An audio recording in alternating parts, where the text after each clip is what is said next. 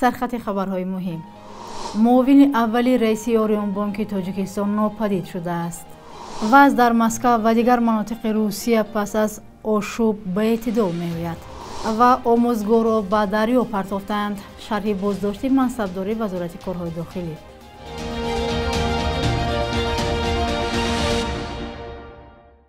سلام بیننده های عزیز، به برنامه نویدی بامدادی خوش آمدید. امروز دوشنبه 26 ایون.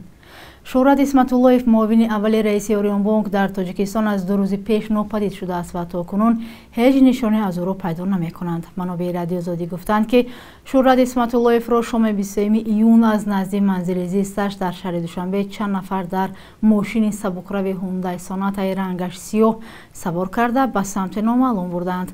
یک تن از دوستانش که نخواست از آن برای امروز 25 ایون در صحبت با رادیو آزادی گفت که از زمان ناپدید شدنش تاکنون رقم‌های تلفنش کار نمی‌کند. در شعبه وزارت کارهای داخلی ناحیه اسماعیل سامانی شهر دوشنبه تصدیق کردند که شهروند ناپدید شده از محله 8 مارس را جستجو دارند ولی تفصیلات دیگری ندادند. شهرت اسمت‌اللهیف 47 ساله برادر دلشاد اسمت‌الله زاده رئیس سابق شرکت تاجیک ایر از افراد نزدیک حسن اسدالله زاده رئیس اوریون بانک و دادر عروس امام علی رحمان پرزیدنت تاجیکستان بوده است. او سالها باز معاون اول رئیس اوریون بانک بود و به گفته آگاهان عملاً کار این بانک را او پیش می برد. در 10 سال اخیر در تاجیکستان نه کمتر از 30 سودیه یا دادرس را به اتهام کرداری که شأن و اعتبار سودیه را پس میزند از منصب رانده سپس جزا دادند. معاش کم یا همان رشوه‌خواری و فساد که به اعتراف خود مقامات در تمام سطح‌ها در ساختارهای دولتی ریشه دوانده است. همکاران ما در شهر دوشنبه از ساکنان پرسیدند که چرا سودیه ها دست به رشوه و پاره‌خوری میزنند؟ پاسخ آنها را یک جا می‌بینیم. به نظر من شفاف از طوری که ای بالای آدم هستند که وای را می‌بینند چیکار میکنه، مثال پروکراتورا وای کنترل میکنه. شما پول کتی همه پول کتیه. چی به فکر شما پول میگیرن؟ زندگیشون رو میگذرونن به فکر من. یعنی معاششون کم است؟ ممکن خواهد. من خیال میکنم پول کتی میکنن ده همه کاره. یکون این دایی دنیا دان تاجیکستان یکون به پول کار نمیکنه، همه پول کتیه. ممکن مردم خودش پیشنهاد میکنه که کارش تیزتر بود شود، نمیدونم. یعنی که اگر مردم پیشنهاد نکنه سودیا کار کشو میتید، همین خیال به فکر شما؟ ممکن یکون پروسس معین دارن با روی همو باید روان، لیکن مردم میخواد که تیزتر کارش حل شود بعد یکون چه پیشنهاد میکنن، لیکن راست دیگه دکنسن نمیدونم که شما در انیقی گفت جواب تمام دنیا همون کدامش حاضر نفت این دلار میفروشیم و یا وای میفروشیم کدامش نمیزند. همون داشتی من همون حج برفته که حاجی همون جای هم وایش همون برآمده همون اپیک پاپیک 1 میلیون کم کن نرخش خیزد گفته میگوید. حاضر دنیا هم خیلی شده است. چیکار میکنه دکنه وای کردم با مشکل سبب چی عامل اکن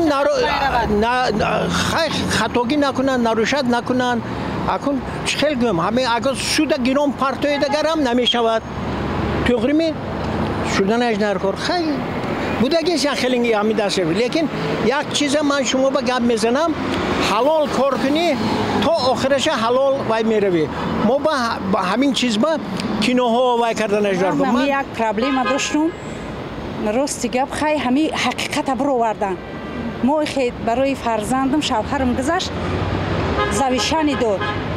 زویشانی داد و یا همین دیگه طرف چیز کردن که طرفی و یا برای نه که این سودیای ما حقیقت کار کرد و زویشانی ما را چیز فرشی برو وردن همین کجاهای رفت که این حقیقت چه برو ورد نه تر و سای پومیر فریاد کردن.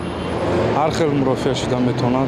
اکنون من که نمیدونم لیکن بسیار وقت همین آدم ها خودشون همین مجبور میکند که بیا همین پول بگیرو کار من حل کن. گفته ممکن هم خیلی باشد. اکنون من یکم بار کارم غلطی دیگه نیست، یکم کس کتی خیلی دزدگیری کرده نیستم. یکم بار نه خدا نشوناتی، یکم بار نغلطی. بینندگان عزیز، شما هم می توانید به ما نویسید که چی باید کرد که دادرس تاجیک رشوه نگیرد و هنگامی بررسی دعوا و جنجال ها حکم عادلانه برآورد.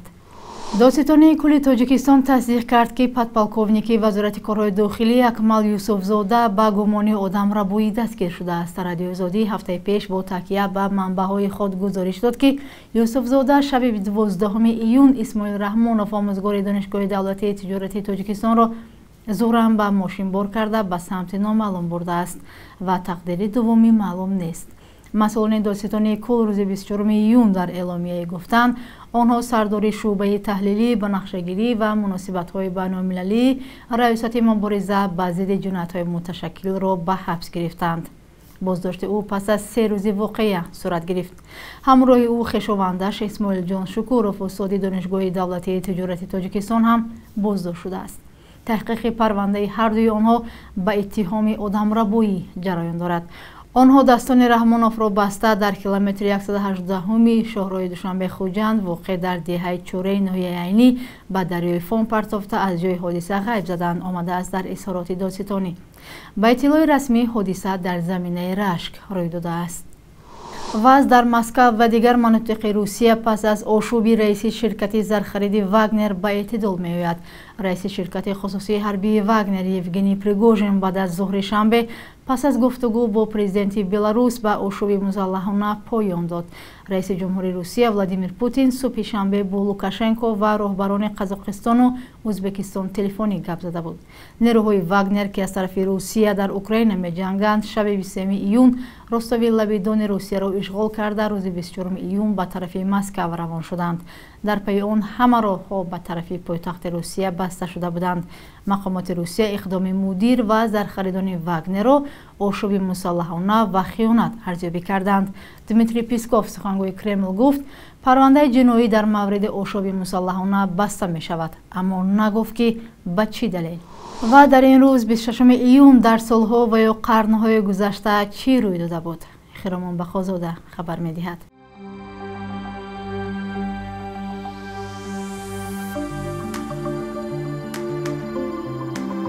با یک تشبس سازمان ملل متحد از سال 1987 هر سنه 26 میلیون چون روزی پشتیبانی نزدیکان قربانیان شکنجه برپا می شود. در این روز اینچنین اعلامیه علیه شکنجه و بدرفتاری و دیگر رفتار بیرحمانه قبول شد. شکنجه در قانونهای بسیار کشورها از جمله تاجیکستان جنایت دانسته می شود، ولی با این وجود هر سال حامیان حقوق از حادثه های رفتاری غیر انسانی با بازداشت شده ها و زندانی ها خبر می دهند که گاهی با مرگ آنها می انجامد و شکنجه کننده ها به جزا می مانند.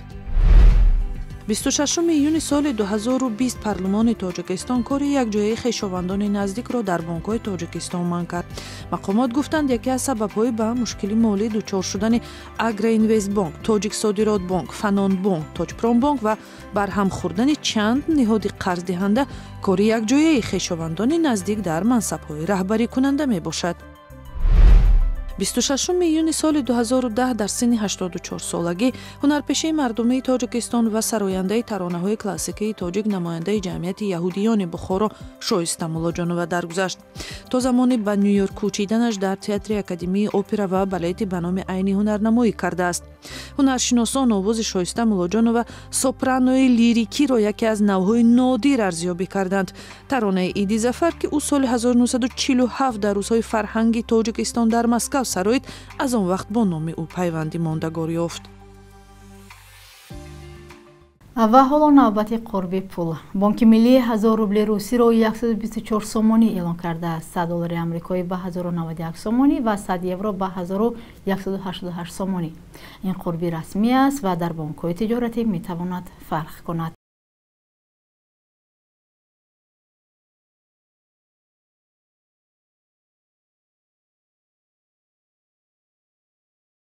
رسیدیم به پایان برنامه. نظر و پیشنهادهای خود را برایمان نویسید. تا برنامه بعدی، خدا نگهبانتان.